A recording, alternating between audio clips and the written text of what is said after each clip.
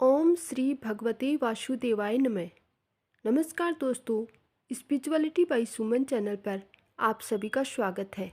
आपको पुत्रदा एकादशी की बहुत बहुत शुभकामनाएं। श्री युधिष्ठिर जी कहने लगे कि हे भगवान, मैंने पौष माह के कृष्ण पक्ष की सफला एकादशी का सविस्तार वर्णन सुना है। आपने मुझे सभी एकादशियों का विस्तार से वर्णन सुनाया है। अब आप मुझे पौष शुक्ल पक्ष एकादशी का क्या नाम है, व्रत करने की विधि क्या है तथा इसका महात्म्य क्या है, कृपा करके आप मुझे बताइए। मधुसूदन श्री कृष्ण कहने लगे कि इस एकादशी का नाम पुत्रदा एकादशी है। इस एकादशी को पवित्रा एकादशी भी कहा जाता है।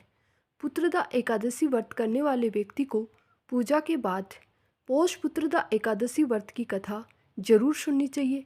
ऐसा करने से व्रत पूर्ण होता है और मनोकामनाएं पूरी होती हैं। अब आप शांतिपूर्वक इसकी कथा सुनिए। इसके सुनने मात्र से ही वाजपेयी यज्ञ का फल मिलता है। द्वापर युग के प्रारंभ में महिष्मती नाम की एक नगरी थी, जिसमें महाजीत नाम का राजा राज्य करता था। लेकिन पुत्रहीन होने के कारण राजा को राज्य सुखदायक नहीं लगता था। उसका मानना था कि जिसके संतान न हो उसके लिए ये लोक और परलोक दोनों ही दुखदायक होते हैं। पुत्र सुख की प्राप्ति के लिए राजा ने अनेक उपाय किए, परंतु राजा को पुत्र की प्राप्ति नहीं हुई। वृद्धावस्था आदि देखकर राजा ने प्रजा के प्रतिनिधियों को बुलाया और कहा, हे प्रजाजनों, मेरे खजाने में अन्याय से उपार्जन किया हुआ धन नहीं है। न मैंने कभी देवताओं तथा ब्राह्मणों का धन छीना है। किसी दूसरे की धरोहर भी मैंने नहीं ली है। प्रजा को पुत्र के समान पालता रहा हूँ। मैं अपराधियों को पुत्र तथा बांधुओं को की तरह दंड देता रहा हूँ। कभी किसी से घृणा नहीं की, सबको समान माना है। सज्जनों की सदा पूजा करता हूँ। इस प्रकार धर्मयुक्त राज्य करते हुए भी मेरे पुत्र नहीं है, सो मैं अत्यंत दुख पा रहा हूँ। इसका कारण क्या है?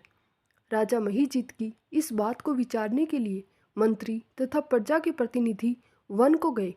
वहाँ बड़े बड़े ऋषि मुनियों के दर्शन किए।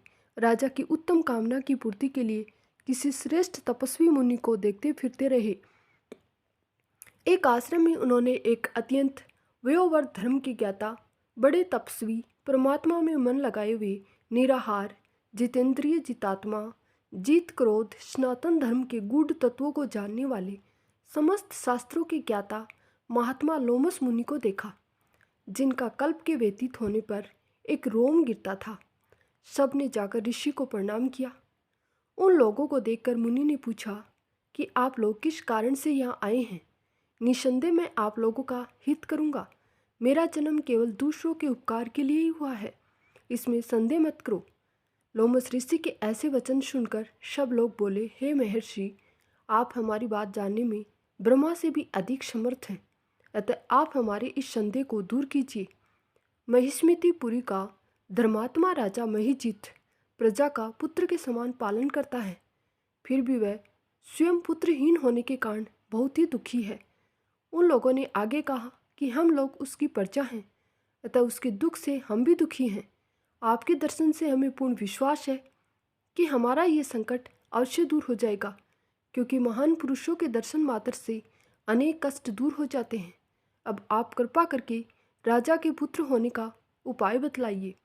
ये वार्ता सुनकर लोमस ऋषि ने थोड़ी देर के लिए अपने नेत्र बंद कर लिए और राजा के पूर्व जन्म का वृतांत जानकर कहने लगे कि हे राजा, पूर्व जन्म में एक निर्धन वैश्य था।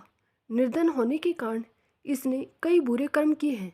ये एक गांव से दूसरे गांव व्यापार करने जाया करता था। एक समय ज्येष्ठ मास के शुक्ल पक्ष की द्वादशी के दिन मध्याह्न के समय वह, जबकि 2 दिन से भूखा प्यासा था, एक जलाशय पर जल पीने गया। उसी स्थान पर एक तत्काल ही ब्याई हुई प्यासी गौ जल पी रही थी। राजा ने उस प्यासी गाय को जल पीते हुए हटा दिया और स्वयं जल पीने लगा, इसलिए राजा को ये दुख सहना पड़ा था। एकादशी के दिन भूखा रहने से वह राजा हुआ और प्यासी गौ को जल पीते हुए हटाने के कारण पुत्र वियोग का दुख सहना पड़ रहा है। ऐसा सुनकर सब लोग कहने लगे कि हे ऋषि, शास्त्रों में पापों का प्रायश्चित भी लिखा है, अतः जिस प्रकार राजा का ये पाप नष्ट हो जाए, आप हमें कोई ऐसा उपाय बताइए। लोमस ऋषि कहने लगे कि पौष शुक्ल पक्ष की एकादशी को, जिसे पुत्रदा एकादशी भी कहते हैं, तुम सब लोग व्रत करो और रात्रि को जागरण करो, तो इससे राजा का ये पूर्व जन्म का पाप अवश्य नष्ट हो जाएगा। साथ ही राजा को पुत्र की अवश्य प्राप्ति होगी। लोमस ऋषि के ऐसे वचन सुनकर मंत्रियों सहित सारी प्रजा नगर को वापस लौट आई, और जब पौष मास के शुक्ल पक्ष एकादशी आई तो ऋषि की आज्ञा अनुसार सब ने पुत्रदा एकादशी का व्रत और जागरण किया। इसके बाद द्वादशी के दिन इसके पुण्य का फल राजा को दिया गया। उस पुण्य के प्रभाव से रानी ने गर्भ धारण किया और प्रसव काल समाप्त होने पर उसके एक बड़ा तेजस्वी पुत्र उत्पन्न हुआ। इसलिए हे राजन, इस पौष शुक्ल एकादशी का नाम पुत्रदा पड़ा। अतः संतान सुख की इच्छा हासिल करने वाले इस व्रत को अवश्य करें। इसके महात्म्य को सुनने से मनुष्य के सब पापों से मुक्त हो जाता है और इस लोक में संतान सुख भोगकर परलोक के स्वर्ग को प्राप्त होता है। इस कथा के समकक्षी एक दूसरी कथा है। भक्तवत्सल भगवान श्री कृष्ण बोले, हे राजन, इस एकादशी का नाम पुत्रदा एकादशी है। इसमें भी नारायण भगवान की पूजा की जाती है। इस चर और अचर संसार में पुत्रदा एकादशी के व्रत के समान दूसरा कोई व्रत नहीं है। इसके पुण्य से मनुष्य तपस्वी, विद्वान और लक्ष्मीवान होता है। इसकी मैं एक कथा कहता हूँ, सो तुम ध्यानपूर्वक सुनो। भद्रावती नाम नगरी में एक सुकेतु नाम का राजा रहता था। उसके कोई पुत्र नहीं था। उसकी स्त्री का नाम शैव्या था। वह निपुत्री होने के कारण सदैव चिंतित रहा करती थी। राजा के पितृ भी रो रो कर पिंड लिया करते थे और सोचा करते थे कि इसके बाद हमको कौन पिंड देगा। राजा को भाई, बांधव, धन, हाथी, घोड़े, राज्य और मंत्री, इन सब में से किसी से भी संतोष नहीं होता था। वह सदैव यही विचार करता था कि मेरे मरने के बाद मुझको कौन पिंडदान करेगा। बिना पुत्र के पितरों और देवताओं का ऋण मैं कैसे चुका सकूंगा। जिस घर में पुत्र न हो उस घर में सदैव अंधेरा ही रहता है। इसलिए पुत्र उत्पत्ति के लिए प्रयत्न करना चाहिए। जिस मनुष्य ने संतान का मुख नहीं देखा वह धन्य नहीं है, और जो मनुष्य पुत्र का मुख या संतान का मुख देख लेता है वह धन्य है। उसको इस लोक में यश और परलोक में शांति मिलती है, अर्थात उनके दोनों लोक सुधर जाते हैं। पूर्व जन्म के कर्म से ही इस जन्म में संतान, धन आदि की प्राप्ति होती है। राजा इसी प्रकार रात दिन चिंता में लगा रहता था। एक समय तो राजा ने अपने शरीर को त्याग देने का निश्चय किया, परंतु आत्मघात को महान पाप समझकर उसने ऐसा नहीं किया। एक दिन राजा ऐसे ही विचार करता हुआ अपने घोड़े पर चढ़कर वन को चल दिया तथा पक्षियों और वृक्षों को देखने लगा। उसने देखा कि वन में मृग, व्याघ्र, शुअर, सिंह, बंदर, सांप आदि सब भ्रमण कर रहे हैं। हाथी अपने बच्चों और हथिनियों के बीच घूम रहा है। इस वन में कहीं तो गिद्ध अपने कर्कश स्वर में बोल रहे हैं, कहीं उल्लू ध्वनि कर रहे हैं। वन के दृश्यों को देखकर राजा सोच विचार में लग गया। इसी प्रकार आधा दिन बीत गया।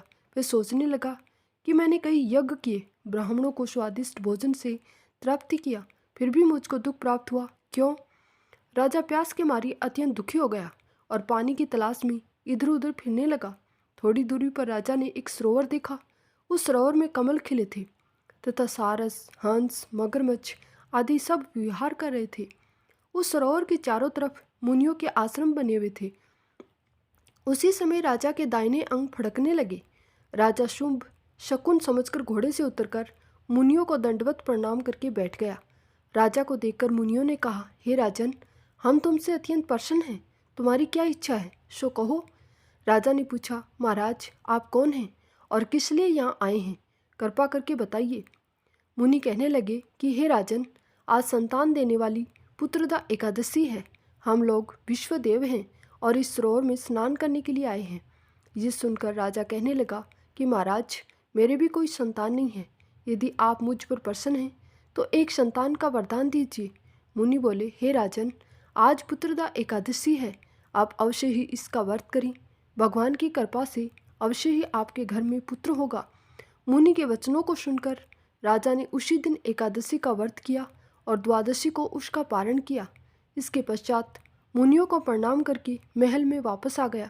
कुछ समय बीतने के बाद रानी ने गर्भ धारण किया और 9 महीने के बाद उनके एक सुंदर संतान प्राप्ति हुई। वह राजकुमार अत्यंत शूरवीर, यशस्वी और प्रजापालक हुआ। श्री कृष्ण बोले, हे राजन, पुत्र की प्राप्ति के लिए पुत्रदा एकादशी का व्रत करना बहुत जरूरी है। जो मनुष्य इस महात्म्य को पढ़ता है या सुनता है, उसे अंत में स्वर्ग की प्राप्ति होती है। ओम श्री भगवते वासुदेवाय नमः।